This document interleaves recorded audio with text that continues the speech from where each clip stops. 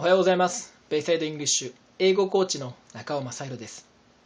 11月第3週の朝のビジネス英語勉強会の記事はこちらです。Delaying aging may have a bigger payoff than fighting disease。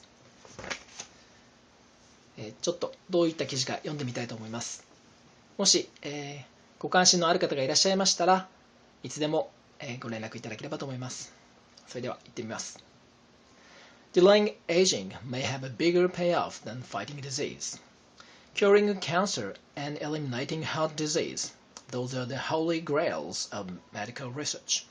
But the risk of developing either disease increases with age, and a new study shows that delaying aging would provide the greatest health benefit of all, and appears Iron Jeff's report. Sure, there's a lot of snake oil out there promising the fountain of youth for $39.99 plus shipping and handling. But there have also been a number of reputable scientific studies that have significantly expanded the lives of lab animals. Now, there needs to be more focus on turning this laboratory science into treatment for people, says J. Olshansky, a professor of public health at the University of Illinois at Chicago. If you can slow the biological process of aging, even a minor slowdown in the rate at which we age yields improvements in virtually every condition of frailty and disability and mortality that we see at later ages. Olshansky is one of the authors of the study published in the current issue of Health Affairs. It provides statistical evidence that there'd be twice as much bang for the research buck in focusing on delaying aging than in focusing on reducing either of the two major causes of death, cancer and heart disease. In part, that's because there's already been so much progress in preventing and treating those. In some ways, we become victims of our own success, says study co-author Diana Goldman, head of the Schaffer Center for Health Policy and Economics at the University of Southern California.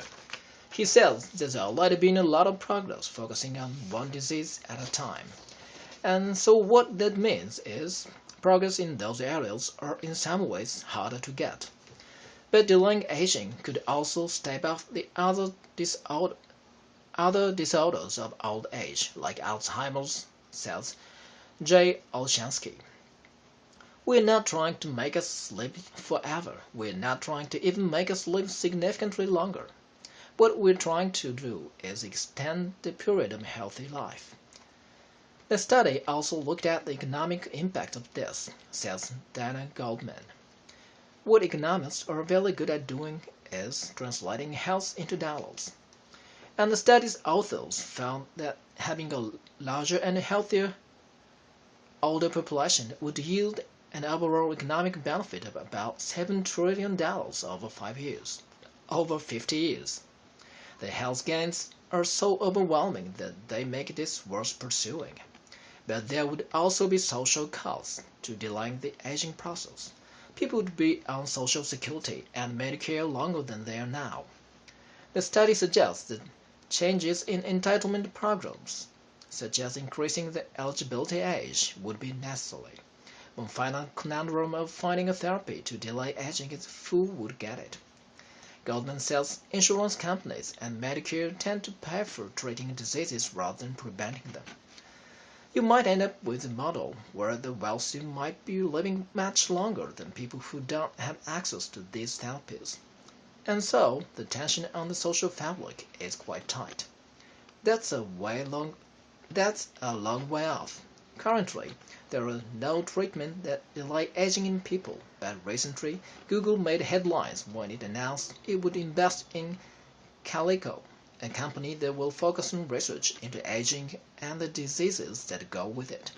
And later this month, the National Institutes of Health will bring together researchers from around the country for a 2-day meeting on the science of delayed aging.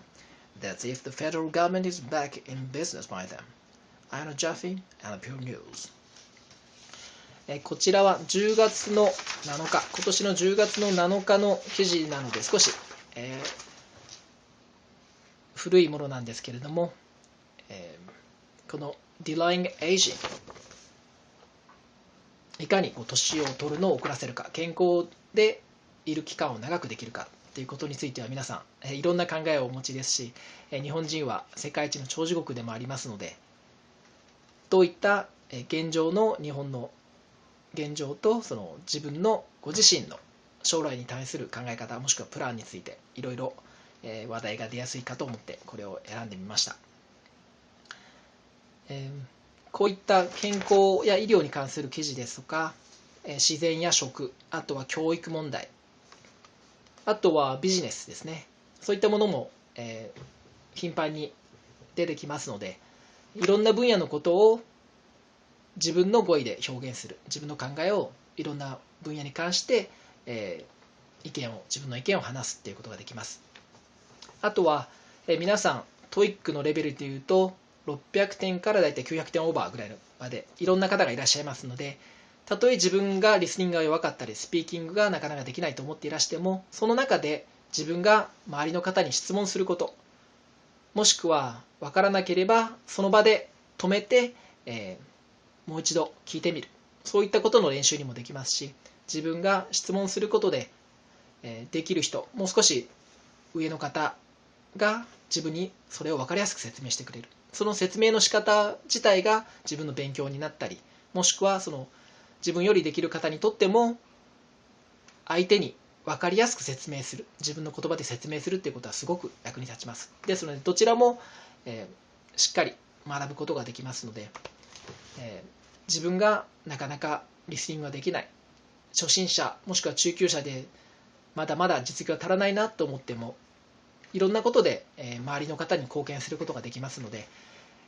自分ができないから、なかなか自信がないからといって勉強会に参加を躊躇するのではなくて、自分ができないからこそそこで何ができるかということを考えて、まずは一歩踏み出していただいて、日々の勉強と定期的な週ごとの実践の場を、練習の場を作っていただきながら、長期的に自分の英語力を伸ばすことを考えていただければと思います。それでは失礼いたします。